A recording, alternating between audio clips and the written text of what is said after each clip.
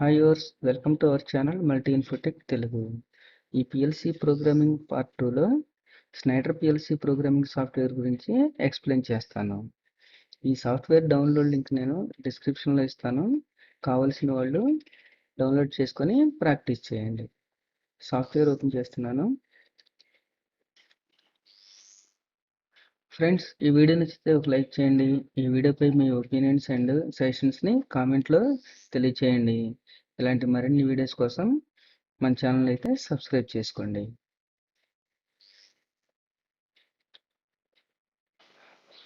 Open చేస్తే interface ఈ విధంగా ఉంటుంది.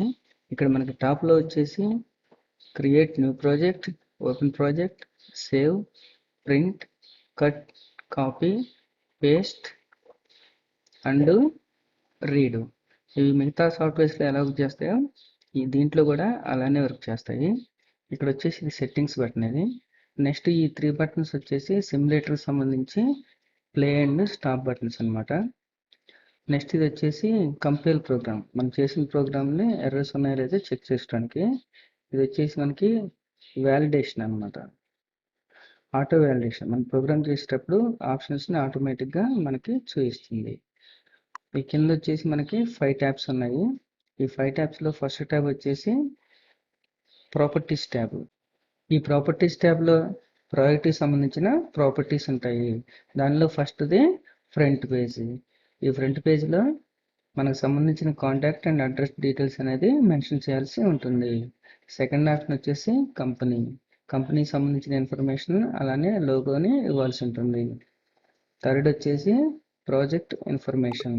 ఈ ప్రాజెక్ట్ ఇన్ఫర్మేషన్లో ప్రాజెక్ట్ నేమ్ అండ్ ప్రాజెక్ట్కి సంబంధించిన పూర్తి డిస్క్రిప్షన్తో పాటు ఫొటోస్ మెన్షన్ చేయాల్సి ఉంటుంది. ఫోర్త్ వచ్చేసి ప్రాజెక్ట్ ప్రొటెక్షన్. మనం ఎంటైర్ ప్రాజెక్ట్కి ఇక్కడ మనం పాస్వర్డ్ ప్రొటెక్షన్ అయితే పెట్టుకోవచ్చు. ఇక్కడ మనం పాస్వర్డ్ యాక్టివేట్ చేసినప్పుడు ఇక్కడ project encryption password and modification password అయితే ఇవ్వాల్సి ఉంటుంది. లాస్ట్ వచ్చేసి ఇది అప్లికేషన్ ప్రొటెక్షన్. చూడండి, ఇక్కడ రెడ్ మార్క్లో ఉంది కాబట్టి ఇది మనకి మ్యాండేట్ అనమాట. మనం చేసే ప్రోగ్రామ్కి రీడ్ అండ్ రైట్ ప్రొటెక్షన్ అనేది పెట్టుకోవచ్చు. ఇది యాక్టివ్లో ఉంచుకుంటే మనం కంట్రోలర్ ప్రోగ్రామ్ అప్లోడ్ చేయాలన్నా, కంట్రోల్ నుంచి డౌన్లోడ్ చేసుకోవాలన్నా పాస్వర్డ్ అయితే ఇవ్వాల్సి ఉంటుంది. నేను దీన్ని ఇన్యాక్టివ్లో ఉంచుతున్నాను. నెక్స్ట్ వచ్చేసి కన్ఫిగరేషన్. ఒక నిమిషం, ఇది చేంజెస్ ఎస్ అని ఇస్తున్నాను. ఓకే, ఇది వచ్చేసి కన్ఫిగరేషన్. ఈ కన్ఫిగరేషన్ ట్యాబ్లో మనం ఏ మోడల్ పిఎల్సీకి అయితే ప్రోగ్రామ్ చేయాలో ఆ మోడల్ పిఎల్సీని ఇక్కడ సెలెక్ట్ చేసుకొని కన్ఫిగర్ చేసుకోవాలి. పిఎల్సీ కన్ఫిగర్ చేయాలంటే మనం మోడల్ ఇక్కడ సెలెక్ట్ చేసుకొని ఇలా డ్రాగ్ అండ్ డ్రాప్ చేసుకోవాలి. చూడండి, ఇక్కడ do you want to replace అని అడుగుతుంది. ఎస్ అని ఇచ్చేయాలి. ఇప్పుడు మనకి పిఎల్సీ చేంజ్ అయింది. అలానే ఐఓ మాడ్యూల్స్ వాడితే ఈ మాడ్యూల్స్ని కూడా సెలెక్ట్ చేసుకొని డ్రాగ్ అండ్ డ్రాప్ అయితే చేసుకోవాలి. ఈ మాడ్యూల్స్ ఎందుకు వాడతామో పిఎల్సి సెలక్షన్ వీడియోస్లో నేను మీకు ఎక్స్ప్లెయిన్ చేస్తాను. ఇప్పుడైతే దీన్ని నేను రిమూవ్ చేస్తున్నాను. ఇక్కడ మనకి లెఫ్ట్ సైడ్లో మనం ఏ పిఎల్సి సెలెక్ట్ చేసుకుంటామో ఆ పిఎల్సికి సంబంధించి డీటెయిల్స్ చెక్ చేసుకోవచ్చు. ఆ పిఎల్సికి ఎన్ని డిజిటల్ ఇన్పుట్స్ ఉన్నాయి, ఎన్ని అవుట్పుట్స్ ఉన్నాయి అనేది చెక్ చేసుకోవచ్చు. ఇక్కడి నుంచే కాకుండా పిఎల్సి మీద మనం డైరెక్ట్గా ఇన్పుట్స్ అండ్ అవుట్పుట్స్ మీద డబుల్ క్లిక్ ఇవ్వటం ద్వారా కూడా చెక్ చేసుకోవచ్చు. ఇక్కడ చూడండి, %i0.0తో స్టార్ట్ అయ్యి %i0.13 వరకు ఇన్పుట్స్ ఉన్నాయి. అంటే 0తో కలుపుకొని 14 ఇన్పుట్స్ ఉన్నాయి. ఈ కోడ్ని మనం ప్రోగ్రామ్ చేసేటప్పుడు ఇన్పుట్స్లో మెన్షన్ చేస్తాము. అలాగే అవుట్పుట్స్ క్యూతో స్టార్ట్ అయ్యాయి. %q0.0 నుంచి %q0.9 వరకు ఉన్నాయి. అంటే 0తో కలుపుకొని 10 అవుట్పుట్స్ ఉన్నాయి. ఈ కోడ్స్ని మనం ప్రోగ్రామింగ్ చేసేటప్పుడు అవుట్పుట్స్లో మెన్షన్ చేస్తాము. ఈ పిఎల్సికి మొత్తం 14 ఇన్పుట్స్, 10 అవుట్పుట్స్ ఉన్నాయి. Next programming. ఇక్కడి నుంచి మనం పిఎల్సికి సంబంధించిన లాడర్ లాజిక్ ప్రోగ్రామ్ని చేస్తాము. ఇక్కడ ఉన్న ఆప్షన్స్ తోటి ప్రోగ్రామింగ్ ఎలా చేయాలి అనేది నేను ప్రోగ్రామ్ చేసుకుంటూ మీకు ఎక్స్ప్లెయిన్ చేస్తాను. Next display. ఈ TMH2GDB అనేది ఒక రిమోట్ హెచ్ఎంఐ. అది ఆ రిమోట్ హెచ్ఎంఐని కన్ఫిగర్ చేసుకుంటే మనకి ఇక్కడ కనిపిస్తుంది. Last commissioning. ఇక్కడి నుంచి మనం పిఎల్సిలోకి లాగిన్ అయ్యి ప్రోగ్రామ్ డౌన్లోడ్ చేసుకోవటం కానీ లేదా ప్రోగ్రామ్ని అప్లోడ్ చేసుకోవటం కానీ చేస్తాము. డైరెక్ట్గా యూఎస్బితో కనెక్ట్ అయితే ఇక్కడ మనకి లోకల్ డివైజెస్లో కనిపిస్తుంది. అలా కాకుండా ఇథర్నెట్తో కనెక్ట్ అయితే ఇథర్నెట్ డివైజెస్లో కనిపిస్తుంది. కంట్రోలర్ మనకు అందుబాటులో లేనప్పుడు సిమ్యులేటర్లో మనం చేసిన ప్రోగ్రామ్ని రన్ చేసి చెక్ చేసుకోవచ్చు. అది ఎలానో నేను మీకు ఇప్పుడు చూపిస్తాను.